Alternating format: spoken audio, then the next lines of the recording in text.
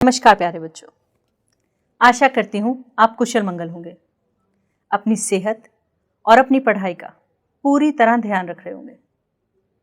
आज की इस वीडियो का बेसब्री से इंतजार कर रहे होंगे। तो चलिए आज हम करेंगे कुछ कमाल। ले आइए अपनी इतिहास की पुस्तकें तत्काल, क्योंकि आज हम करने जा रहे हैं 1000 वर्षों के दौरान हुए परिवर्तनों की पड़ताल। अगर समय के साथ साथ सूचनाओं के संदर्भ बदलते हैं तो भाषा और अर्थों के साथ क्या होता है। ऐतिहासिक अभिलेख कई तरह की भाषाओं में मिलते हैं और ये भाषाएं भी समय के साथ साथ बहुत बदली हैं। उदाहरण के लिए मध्य युग की फारसी आधुनिक फारसी भाषा से भिन्न है। यह भिन्नता सिर्फ व्याकरण और शब्द भंडार में ही नहीं, समय के साथ शब्दों के अर्थ भी बदल जाते हैं। उदाहरण के लिए हिंदुस्तान शब्द ही लीजिए। आज हम इसे आधुनिक राष्ट्र राज्य भारत के अर्थ में लेते हैं।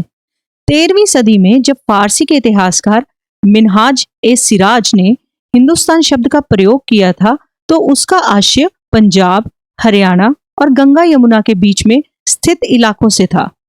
उसने इस शब्द का राजनीतिक अर्थ में उन इलाकों के लिए इस्तेमाल किया जो दिल्ली के सुल्तान के अधिकार क्षेत्र में आते थे। सल्तनत के प्रसार के साथ साथ इस शब्द के अंतर्गत आने वाले क्षेत्र भी बढ़ते गए, लेकिन हिंदुस्तान शब्द में दक्षिण भारत का समावेश कभी नहीं हुआ।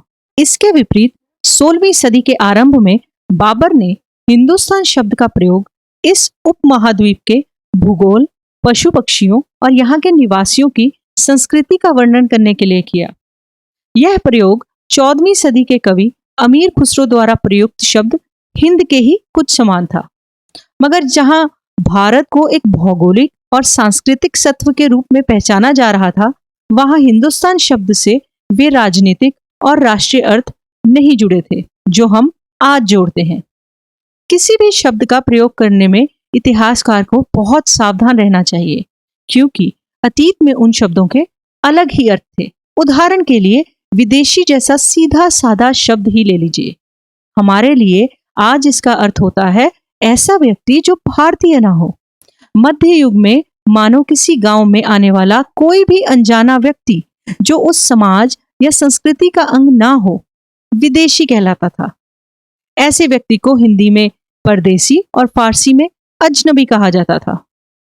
इसलिए किसी नगर निवासी के लिए वनवासी विदेशी होता था, किंतु एक ही गांव में रहने वाले दो किसान अलग अलग धार्मिक या जाति परंपराओं से जुड़े होने पर भी एक दूसरे के लिए विदेशी नहीं होते थे। अब बात करते हैं इतिहासकार और उनके स्रोतों के बारे में। इतिहासकार किस युग का अध्ययन कैसे करते हैं, उनकी खोज की प्रकृति क्या है, उसे देखते हुए वे अलग अलग तरह के स्रोतों का सहारा लेते हैं। उदाहरण के लिए पिछले साल आपने गुप्त वंश के शासकों और हर्षवर्धन के बारे में पढ़ा। इस पुस्तक में हम मोटे तौर पर 700 से 1750 ईस्वी तक लगभग 1000 वर्षों के बारे में पढ़ेंगे।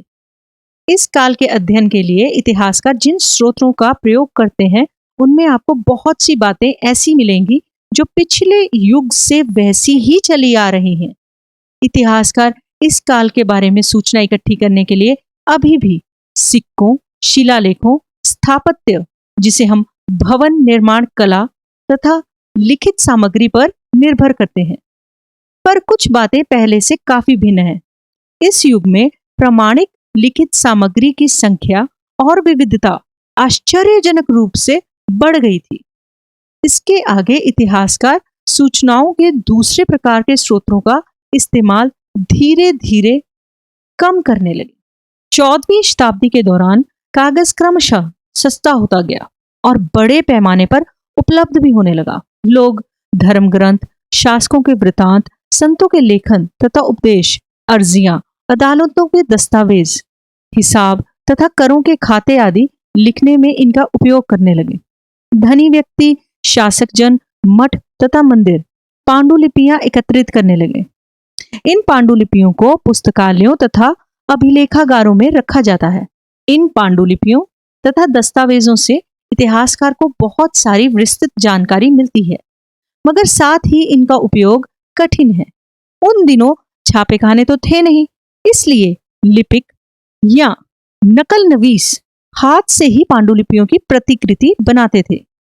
अगर आपने कभी किसी मित्र के गृह कार्य की नकल उतारी है तो आप जानते होंगे कि यह काम आसान नहीं है। कभी कभी आपको अपने मित्र की लिखावट समझ में नहीं आती होगी और आपको मजबूर होकर अंदाज ही लगाना पड़ता होगा कि क्या लिखा गया है। फलस्वरूप आपके लिखे हुए में आपके मित्र से लिखे हुए से कुछ छोटे मोटे परंतु महत्वपूर्ण अंतर आ जाते होंगे। पांडुलिपि की प्रतिलिपि बनाने में भी कुछ कुछ यही होता है। प्रतिलिपियां बनाते हुए लिपिक छोटे मोटे फेरबदल करते चलते थे। कहीं कोई शब्द, कहीं कोई वाक्य। सदी दर सदी प्रतिलिपियों की प्रतिलिपियां बनती रहीं और अंततः एक ही मूल ग्रंथ की भिन्न भिन्न प्रतिलिपियां एक दूसरे से बहुत ही अलग हो गई। इससे बड़ी गंभीर समस्या उत्पन्न हो गई क्योंकि आज हमें लेखक की मूल पांडुलिपि शायद ही कहीं मिलती है। हमें बाद के लिपिकों द्वारा बनाई गई प्रतिलिपियों पर ही पूरी तरह निर्भर रहना पड़ता है। इसलिए इस बात का अंदाज लगाने के लिए कि मूलतः लेखक ने क्या लिखा था, इतिहासकारों को एक ही ग्रंथ की विभिन्न प्रतिलिपियों का अध्ययन करना पड़ता है। कई बार लेखक स्वयं ही समय समय पर अपने मूल वृत्तांत में संशोधन करते रहते हैं।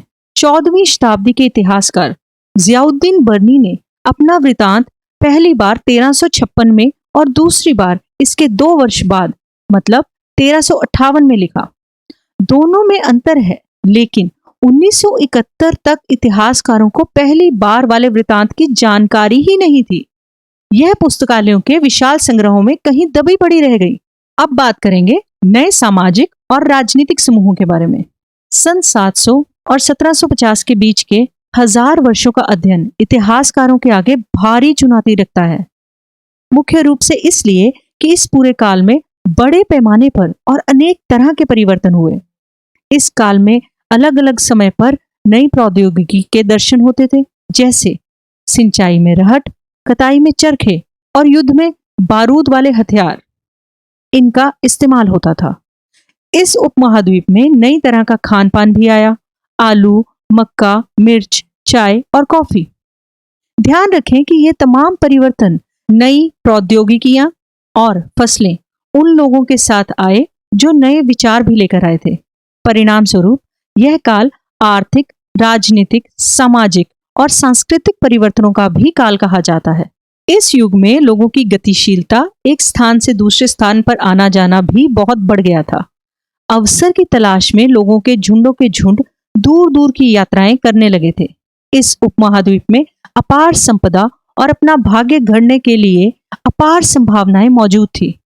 इस काल में जिन समुदायों का महत्व बढ़ा, उनमें से एक समुदाय था राजपूत, जिसका नाम राजपुत्र अर्थात राजा का पुत्र से निकला है। 8वीं से 14वीं सदी के बीच यह नाम आमतौर पर योद्धाओं के उस समूह के लिए प्रयुक्त होता था जो क्षत्रिय वर्ण होने का दावा करते थे। राजपूत शब्द के अंतर्गत केवल राजा और सामंत वर्ग ही नहीं, बल्कि वे सेनापति और सैनिक भी आते थे जो पूरे उपमहाद्वीप में अलग अलग शासकों की सेनाओं में सेवारत थे। इस युग में राजनीतिक दृष्टि से महत्व हासिल करने के अवसरों का लाभ मराठा, सिख, जाट, अहोम और कायस्थ आदि समूहों ने भी उठाया। इस पूरे काल के दौरान जंगलों की कटाई हो रही थी और खेती का इलाका बढ़ता जा रहा था।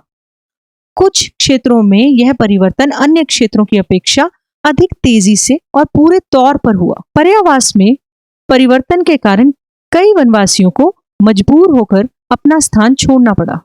कुछ और वनवासी जमीन की जुताई करने लगे और कृषक बन गए। जैसे जैसे समाज में अंतर बढ़ने लगे, लोग जातियों और उपजातियों में बंटने लगे। ये दर्जे स्थायी नहीं थे। किसी जाति विशेष के सदस्यों के हाथों में कितनी सत्ता, प्रभाव और संसाधनों का नियंत्रण है, इसके आधार पर उसके दर्जे बदलते रहते थे। एक ही जाति का किसी क्षेत्र में कोई दर्जा होता था और किसी और क्षेत्र में कोई और। अपने सदस्यों के व्यवहार का नियंत्रण करने के लिए जातियां स्वयं अपने अपने नियम बनाती थी। इन नियमों का पालन जाति के बड़े बुजुर्गों की एक सभा करवाती थी, जिसे कुछ इलाकों में जाति पंचायत कहा जाता था। लेकिन जातियों को अपने निवास के गांवों में रिवाजों का पालन भी करना पड़ता था। इसके अलावा कई गांवों पर मुखियाओं का शासन होता था। मिल मिलाकर वे किसी राज्य की एक छोटी इकाई भर होती थी। चोल, तुगलक या मुगल, इन जैसे बड़े बड़े राज्यों के अंतर्गत कई सारे क्षेत्र आ जाते थे। दिल्ली के सुल्तान गयासुद्दीन बलबन की प्रशंसा में एक संस्कृत प्रस्तुति में उसे एक विशाल साम्राज्य का शासक बताया गया है, जो पूर्व में बंगाल, जिसे गौड़ के नाम से भी जाना जाता था, वहां से लेकर पश्चिम में अफगानिस्तान के गजनी, जो कि तब गज्जन के नाम से जाना जाता था, वहां तक फैला हुआ था, और जिसमें संपूर्ण दक्षिण भारत, द्राविड़ भी आ जाता था। गौड़ आंध्र, केरल, कर्नाटक, महाराष्ट्र और गुजरात, भिन्न भिन्न क्षेत्रों के लोग उसकी सेना के आगे पलायन कर जाते थे। इतिहासकार विजय अभियान के इन दावों को अतिशयोक्तिपूर्ण मानते हैं। साथ ही वे ये समझने की कोशिश में भी लगे रहते थे कि शासक लोग इस उपमहाद्वीप के भिन्न भिन्न भागों पर अपने अधिकार का उल्लेख क्यों करते रहते हैं। सन 700 तक कई क्षेत्रों के अपने अपने भौगोलिक आयाम तय हो चुके थे और उनकी अपनी भाषा तथा सांस्कृतिक विशेषताएं स्पष्ट हो गई थी। ये क्षेत्र विशेष शासक राजवंशों से भी जुड़ गए थे। इन राज्यों के बीच काफी टकराहटें चलती रहती थीं। कभी कभी चोल, खलजी, तुगलक और मुगल जैसे राजवंश अनेक क्षेत्रों में फैला एक विशाल साम्राज्य भी खड़ा कर देते थे। ये सभी साम्राज्य समान रूप से स्थिर या सफल नहीं हो पाते थे। 18वीं सदी में मुगल वंश पतन के ढलान पर था। फलस्वरूप क्षेत्रीय राज्य फिर से उभरने लगे, लेकिन वर्षों से जो सर्व क्षेत्रीय साम्राज्यों का शासन चल रहा था, उससे क्षेत्रों की प्रकृति बदल गई थी। उन पर कई छोटे बड़े राज्यों का शासन चलता रहा था और उन राज्यों की बहुत सी बातें इस उपमहाद्वीप के अधिकतर भाग पर फैले इन क्षेत्रों को विरासत में मिली थी। इस तथ्य का पता हमें उन कई परंपराओं से लगता है जो इन क्षेत्रों में उभरी थी। इन परंपराओं में कुछ एक दूसरे से भिन्न और कुछ एक समान थी। जैसे हमें प्रशासन, अर्थव्यवस्था के प्रबंधन, उच्च संस्कृति तथा भारत के संदर्भ में मिलती हैं। सन 700 से लेकर 1750 के बीच के 1000 वर्षों में इन विभिन्न क्षेत्रों की प्रकृति एक दूसरे से कटकर अलग अलग नहीं पनपी थी। हालांकि उनके चरित्र की अपनी विशिष्टताएं बनी रही थी, मगर समन्वय की सर्व क्षेत्रीय ताकतों का प्रभाव भी उन पर पड़ा था।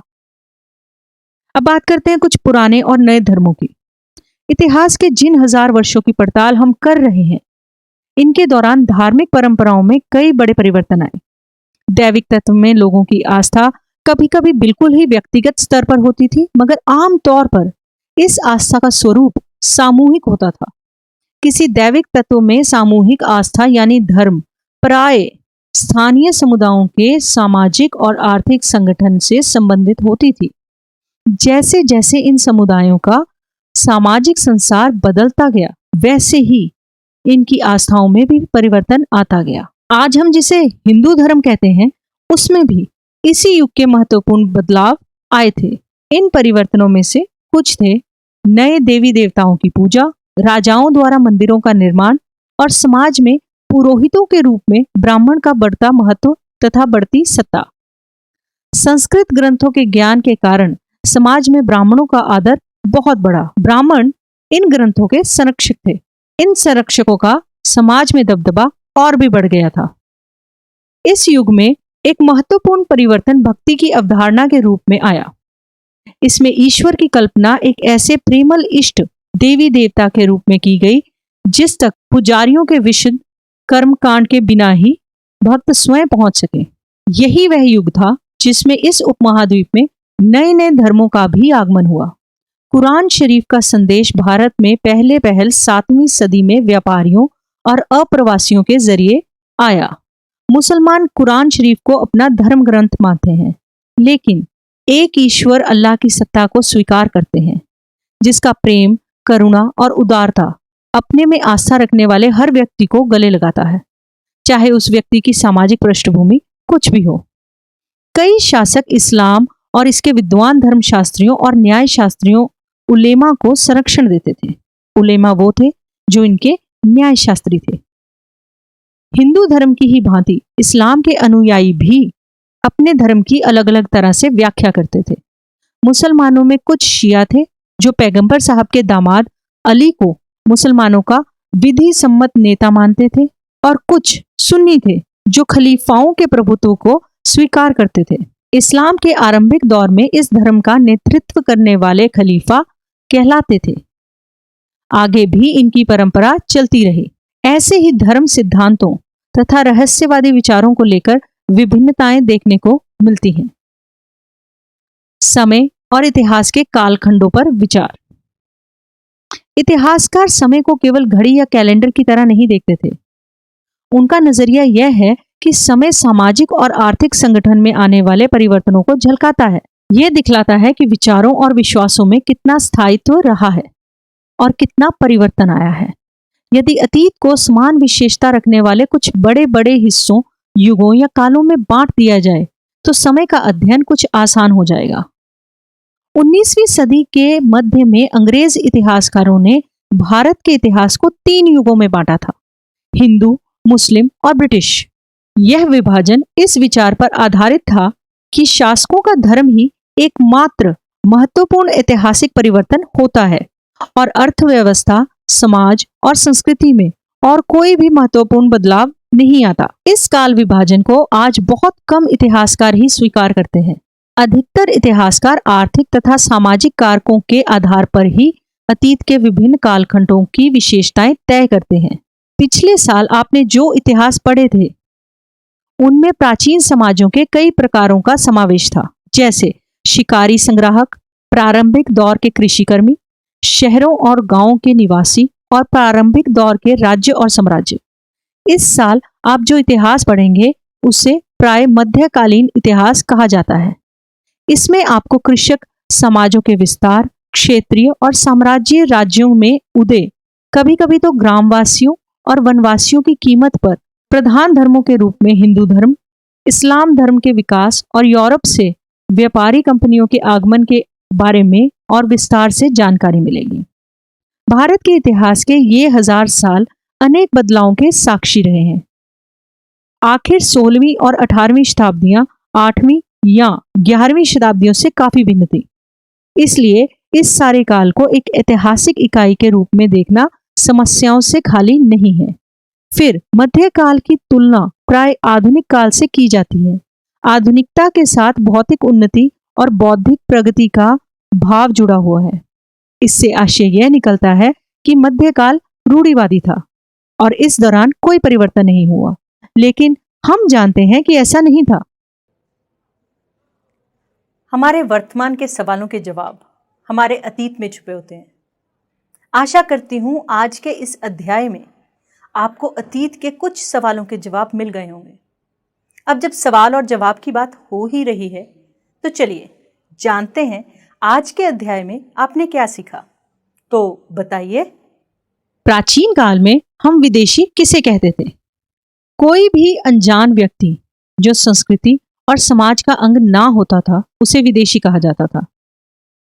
अच्छा बताइए, अंग्रेजी इतिहासकारों ने भारत के इतिहास को कौन से 3 युगों में बांटा था? बिल्कुल सही, हिंदू, मुस्लिम और ब्रिटिश।